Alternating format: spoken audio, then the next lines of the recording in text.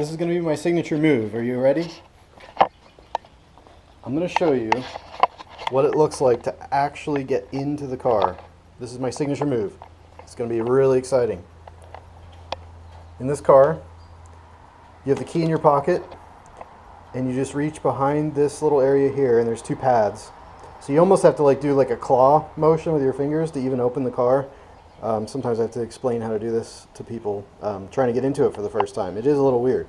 So you reach behind kind of like a claw, grab hold of these two pads that are back here, and you just press on them, and then the electronic door lock makes the door open. And then here's the door sill. How about that? Nobody gives you that view, do they? This is what the door sill on a 2011 Z06 looks like.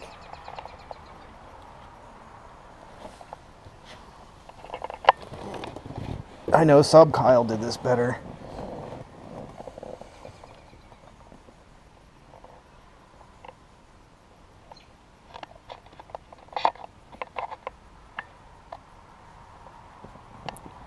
Here's another kind of quirky thing. When you get out of the car, this is the this is how you open the door.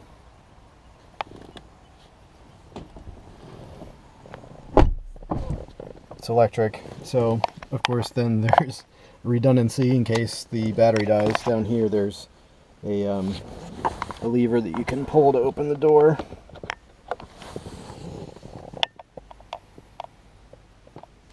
And then I need to make a correction too. Whenever you get in the car, I was talking about how whenever I start the car, there's a second set of saved seat positions and steering wheel positions.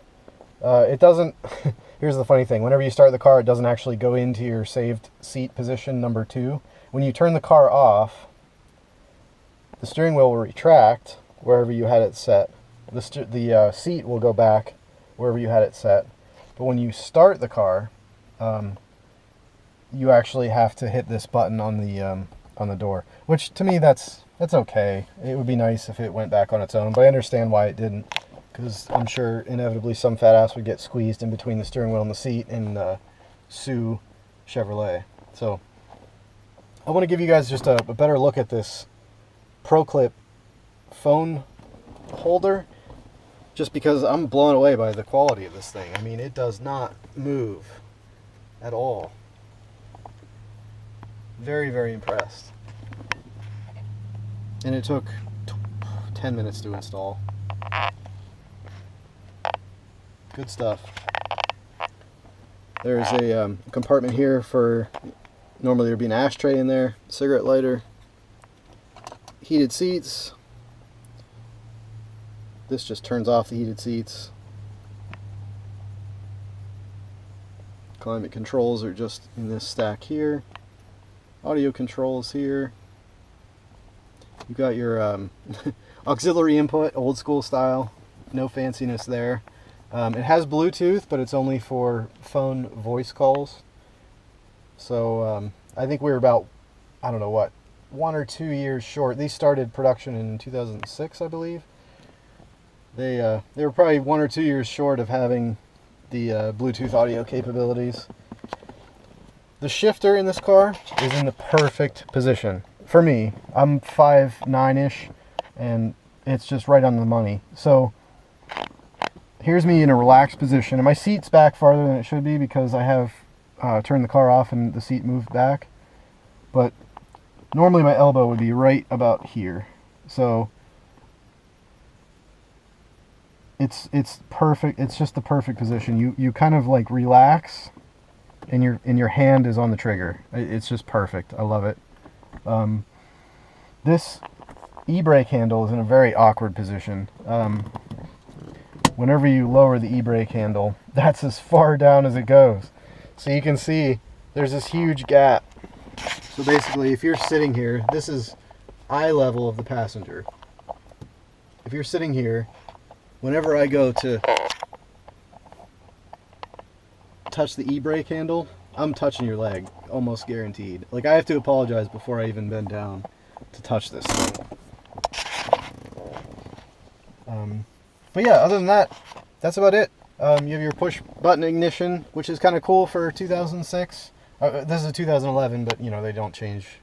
They didn't change anything. I'm trying to think if there's anything else I need to cover. It's just a well thought out dash. I mean, yeah, you got your green screen in front of you, but you have a lot of information you can put on there. You can put your tire temps, front and rear.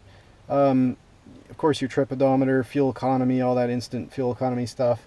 It has a heads-up display where you can see a rev counter. You can change some stuff over here. I mean, it's really rudimentary. It's just a green heads-up display, but I mean, it does the trick. It's kind of neat. It's a party trick.